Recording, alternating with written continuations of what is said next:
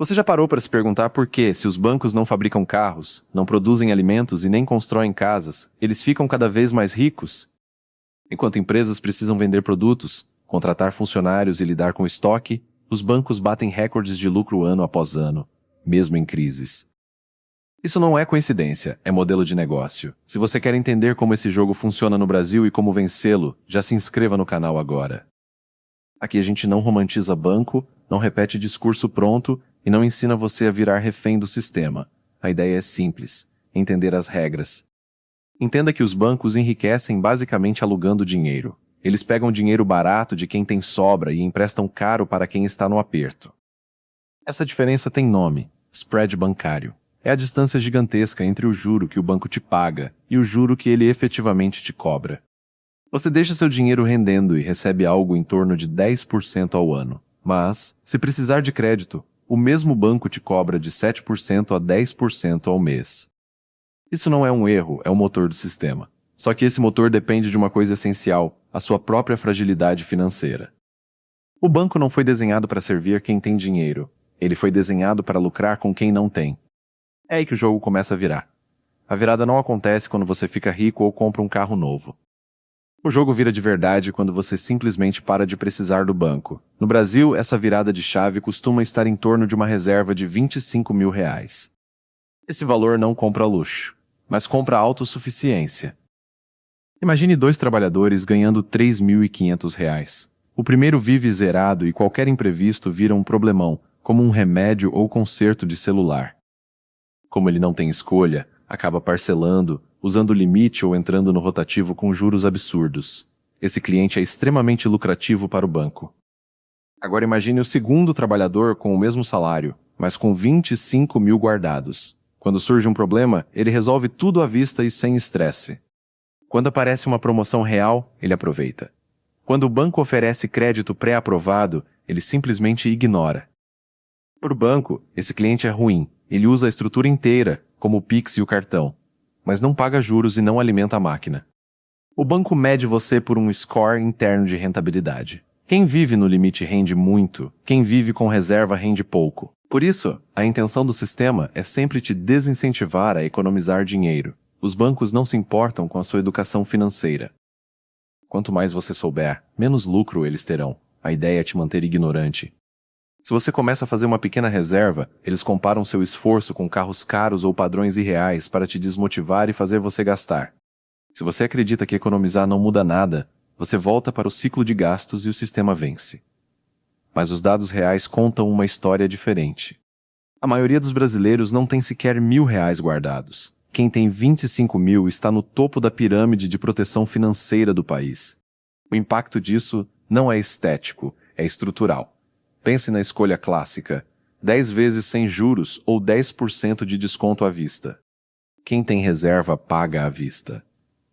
Esse desconto sai do lucro que o banco teria no parcelamento. Ao pagar à vista, você tira o dinheiro da mesa do sistema e coloca no seu próprio bolso, somando descontos em IPVA, IPTU e eletrônicos. Quem tem reserva vive mais barato. O banco odeia isso, mas o efeito principal é mental. Viver sem reserva mantém o cérebro em alerta constante, focando apenas no próximo boleto. Isso aumenta o estresse e gera decisões financeiras ruins. Com 25 mil na conta, você dorme melhor, negocia melhor e pensa no longo prazo. E uma pessoa que pensa no longo prazo é muito difícil de ser explorada. Em uma negociação, vence quem pode levantar da mesa. Se você tem reserva, você pode dizer não a taxas abusivas e propostas ruins. Esse poder de ir embora assusta o sistema, porque o banco não quer clientes livres, ele quer dependentes previsíveis para lucrar sempre. Existe também o fator oportunidade. Em crises, quem tem liquidez compra carros e equipamentos abaixo do preço de pessoas endividadas que precisam vender rápido. Ter reserva te coloca do lado de quem aproveita as oportunidades, não de quem é esmagado por elas. Esse valor é, acima de tudo, proteção. É proteção contra decisões impulsivas. E contra aceitar qualquer condição de trabalho por desespero. Não é liberdade total. Mas é o fôlego que muda tudo. O sistema premia bons pagadores de dívida, não acumuladores de patrimônio. Por isso, quem parcela tudo às vezes tem mais score do que quem paga à vista. Entender isso é libertador. Você para de buscar a aprovação do sistema e começa a buscar solidez na sua própria vida e nas suas finanças. R$ 25.000 é o ponto onde a gravidade perde força e os juros param de trabalhar contra você para trabalhar devagar ao seu favor. Esse valor em um CDB rendendo 100% do CDI já traz um retorno mensal. Pode não ser muito, mas marca o momento em que você começa a vencer.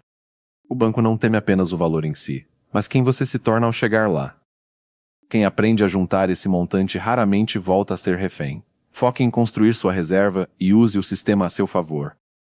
O maior risco para o banco não é você ficar rico, é você se tornar independente. Quando você entende isso, sua relação com o dinheiro muda completamente. Você deixa de correr atrás de atalhos e começa a construir base.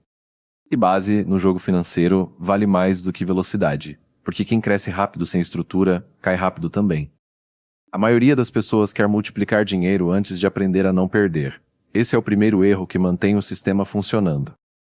Antes de pensar em investir, você precisa blindar o que já tem. E essa blindagem começa com previsibilidade. Previsibilidade significa saber exatamente quanto entra e quanto sai. Sem isso, qualquer estratégia vira ilusão. Você não controla o mercado, mas controla seu comportamento. E isso já te coloca à frente da maioria. O segundo passo depois da reserva é eliminar juros contra você. Não existe investimento que compense dívida cara. Se você paga 10% ao mês no cartão, isso é um prejuízo garantido. Nenhum ativo sério entrega isso com consistência. Quitar dívidas é o investimento com maior retorno que existe, e diferente do mercado, ele é 100% previsível. Depois disso, você começa a usar o sistema ao contrário. Em vez de pagar juros, você passa a receber. É aqui que entram os investimentos simples, nada de fórmulas mágicas ou promessas irreais. Um CDB, um Tesouro Selic ou um fundo conservador já cumprem o papel inicial. O objetivo aqui não é enriquecer rápido. O objetivo é criar estabilidade. E estabilidade gera poder de decisão. Com o tempo, você percebe que dinheiro parado não é dinheiro perdido. É dinheiro pronto para agir. Liquidez é liberdade. E liberdade no mercado vale mais do que rentabilidade no curto prazo. Quando surge uma oportunidade, quem tem caixa decide rápido. Quem não tem, assiste. E o mercado recompensa quem consegue agir sem desespero. Porque decisão sob pressão quase sempre é ruim. Outro ponto que ninguém fala.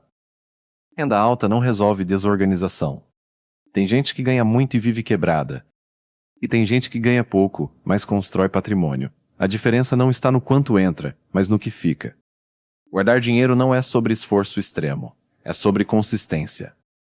Pequenos valores, repetidos ao longo do tempo, criam um efeito acumulativo poderoso. Isso é o que os bancos usam contra você. Mas você pode usar a seu favor. E quando isso vira hábito, o jogo muda de vez. Você começa a enxergar consumo de forma diferente. Nem tudo que você pode comprar, você deve comprar. Cada gasto passa a ser uma decisão estratégica. E isso te afasta do comportamento impulsivo. O sistema depende da sua impulsividade. Ele lucra quando você não pensa. Promoções, limites aumentados, crédito fácil. Nada disso é por acaso. Tudo é desenhado para reduzir sua resistência. Para fazer você agir no automático. Mas quando você entende o jogo, você desacelera. E quem desacelera, enxerga. Você começa a perceber que muitas oportunidades são armadilhas. E que muitas urgências são falsas. Isso te dá uma vantagem silenciosa, porque enquanto a maioria reage, você escolhe. E escolher é poder, principalmente quando envolve dinheiro. Com o tempo, sua reserva cresce, e junto com ela, cresce sua tranquilidade. Você deixa de viver no modo sobrevivência e entra no modo estratégia. E nesse nível, você começa a pensar em multiplicação, mas agora com base sólida.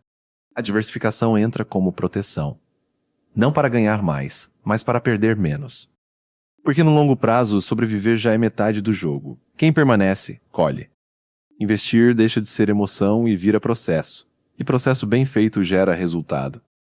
Você não precisa acertar tudo. Precisa apenas evitar erros grandes. E a maioria dos erros grandes vem da pressa, ou do desespero. Por isso, o maior ativo que você pode desenvolver é paciência. Dinheiro responde ao tempo. E tempo é algo que o sistema tenta tirar de você, com urgência, ansiedade e comparação. Comparação é uma das maiores armadilhas. Você vê resultados dos outros, mas não vê o risco que eles assumiram. E muitas vezes, nem o prejuízo que tiveram. Só aparece o ganho. Isso cria uma falsa sensação de atraso e te empurra para decisões ruins. Mas o jogo real não é sobre parecer rico, é sobre ser estável. Estabilidade não chama a atenção, mas constrói liberdade. E liberdade, nesse contexto, é poder dizer não. Não para dívidas, não para pressão, não para escolhas ruins. Quanto mais você fortalece sua base, menos o sistema te afeta, e mais você passa a usá-lo a seu favor. Cartão de crédito deixa de ser armadilha e vira ferramenta, mas só quando você paga sempre à vista. Banco deixa de ser inimigo e vira infraestrutura. Você usa, mas não depende. Essa mudança é sutil, mas poderosa. Porque agora o controle está com você. E controle financeiro é, na prática, controle emocional. Um depende do outro. Quem não controla emoção, não controla dinheiro. E quem não controla dinheiro, vive sob pressão constante. Por isso, trabalhar sua mente é tão importante quanto trabalhar sua renda. Um sustenta o outro. Disciplina vale mais do que motivação, porque motivação acaba, mas hábito fica. E hábito financeiro é o que constrói patrimônio no longo prazo, sem atalhos, mas com consistência. Você não precisa de um grande acerto, precisa de várias decisões corretas ao longo do tempo. E isso está ao seu alcance. Não depende de sorte, depende de comportamento. No final, o jogo nunca foi sobre dinheiro, foi sobre controle. Controle das suas escolhas, controle do seu tempo, controle da sua atenção. Quando você assume isso, o sistema perde força sobre você. E você deixa de ser peça. Passa a ser jogador, e jogador consciente dificilmente é explorado. A construção é lenta, mas é sólida, e solidez vence velocidade no longo prazo. Continue focando na sua reserva. Continue protegendo o seu dinheiro. E principalmente continue aprendendo, porque conhecimento financeiro reduz custo de erro. E reduzir erro já é lucro, mesmo que não pareça no começo. O caminho não é fácil, mas é simples. E simplicidade, quando bem aplicada, é extremamente poderosa.